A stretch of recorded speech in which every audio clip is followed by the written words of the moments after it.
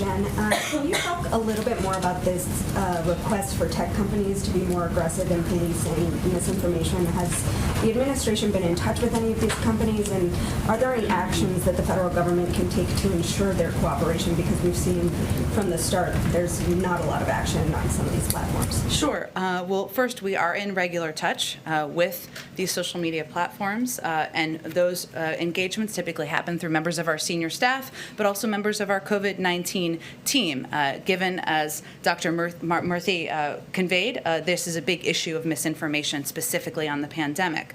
In terms of actions, Alex, that we have taken, or we're working to take, I should say, from the federal government, we've increased disinformation research and tracking within the Surgeon General's office. We're flagging problematic posts for Facebook that spread disinformation. We're working with doctors and medical professionals to connect to connected medical experts who are popular with their audiences with accurate information and boost trusted content. So we're helping get trusted content out there.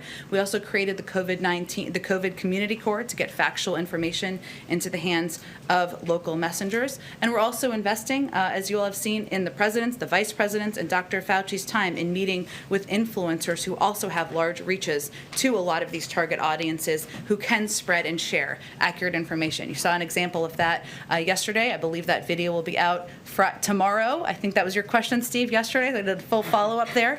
There are also proposed changes that we have made to social media platforms, including Facebook, and those specifically are 4 key steps. One, that they measure and publicly share the impact of misinformation on their platform. Facebook should provide publicly and transparently data on the reach of COVID vaccine misinformation, not just engagement, but the reach of the misinformation and the audience that it's reaching. That will help us ensure we're getting accurate information to people. This should be provided not just to researchers, but to the public, so that the public knows and understands what is accurate and inaccurate.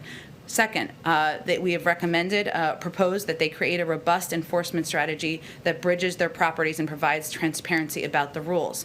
So I think this was a question asked before, there's about 12 people who are producing 65% of anti-vaccine misinformation on social media platforms.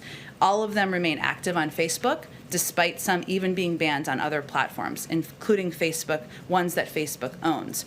Third, it's important to take faster action against harmful posts. As you all know, information travels quite quickly on social media platforms. Sometimes it's not accurate, and Facebook needs to move more quickly to remove harmful, violative posts. Posts that will be within their policies for removal often remain up for days. That's too long. The information spreads too quickly.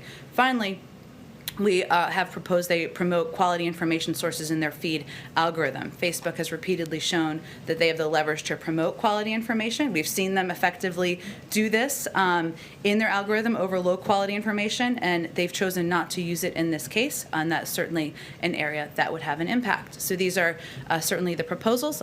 We engage with them regularly, and they certainly understand what our asks are. And one of the problems with